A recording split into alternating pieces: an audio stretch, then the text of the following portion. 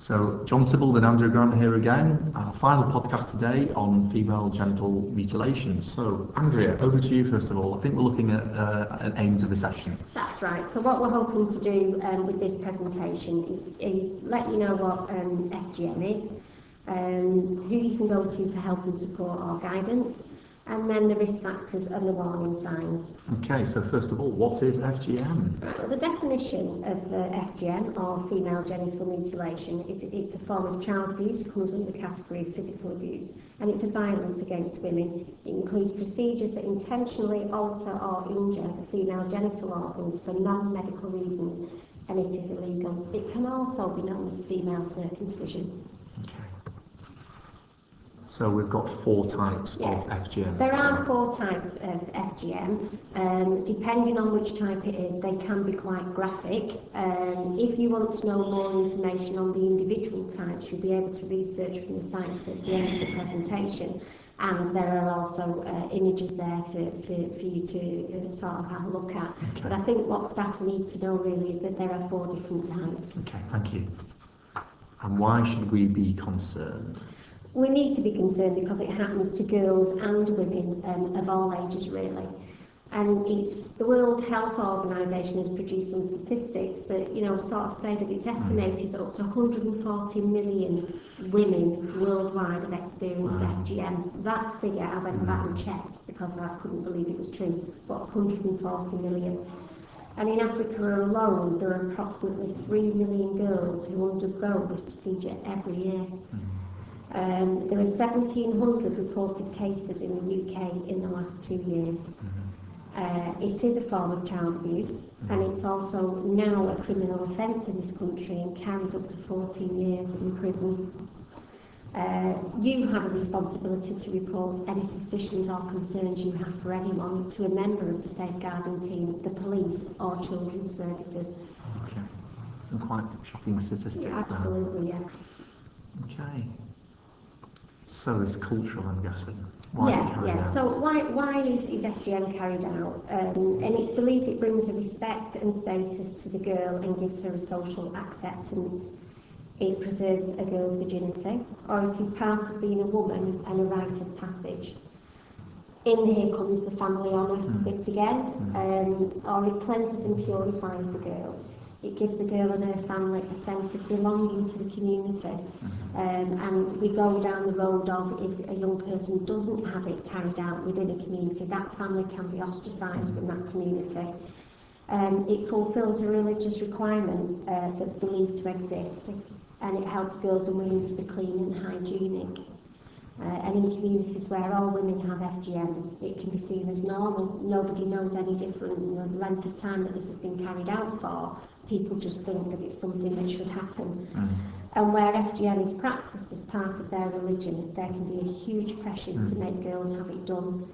I think the key thing here from that information that we've been given is that FGM is not recommended by any religion or in any religious text. It's not a condition of belonging to any faith group.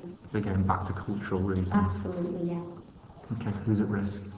So when we look at who is at risk from FGM, it is a global problem, and UK communities that are most at risk from FGM are the Kenyans, Somali, Sudanese, Sierra Leone, Egyptian, Nigerian. Now, non-African communities including the Yemeni, Afghani, Kurdish, Indonesian and Pakistani. And to that list recently India, but only in remote tribal villages. But it's estimated that 23,000 girls are cuffed each year in the UK alone. And that's a growing number, and that's due to the number of people that are coming into the country with those cultural beliefs and then are carrying it out in this country. So what are the warning signs? So we're looking for children, and I think I do need to just say here that it's usually carried out from the ages of 5 years of age. So we're talking about primary school age here. That's the initial big group that's done, and then again, if they're not done at that time, around the ages of 12 or 13. So we're looking for girls that need extended toilet breaks, due to needing to go to the toilet more, or have got repeated urine infections, or have got trouble with the periods or the menstrual cycle. Young people that have prolonged absences from school, perhaps somebody again where there are behavioural changes. They become reluctant to take part in PE and swimming and related activities like that, or get changed in front of their peers. They may talk at a party or a special celebration involving a child or involving themselves, and they may request absences from school to visit a country where FGM is a high-risk category, or talk about holiday again to a country where FGM is high risk. They may talk about a female family elder visiting from one of these countries, because what's happening now, as schools through attendance and requests for holidays are denying them and making those referrals to children's services where they're suspicious, and where border controls are watching for these groups of people going abroad. They're actually bringing the elder family members to this country and carrying out the FGM here. Girls may discuss female genital mutilation with their peers because it's seen as that rite of passage, it's seen as that normalised behaviour. Or she may confide in somebody that she's having a special procedure or attending a special occasion to become a woman. Or she may come from or talk about a family member where a mother or another sibling have been victims of FGM. I think it's that cultural rite of passage of this is how we do things back home. Quite harrowing statistics there somewhere. Yes, it is. Okay, what can we do? So, obviously, if you pick up on any of those signs or symptoms, the first thing you must do is report it, whether it's about somebody you know personally, even if it's a friend of yours, a family member, and obviously if it's a student in school. We don't need to gossip about it, we just need to pass it on. Okay. If you can pause this video for a second and watch the accompanying NSPCC video on this issue.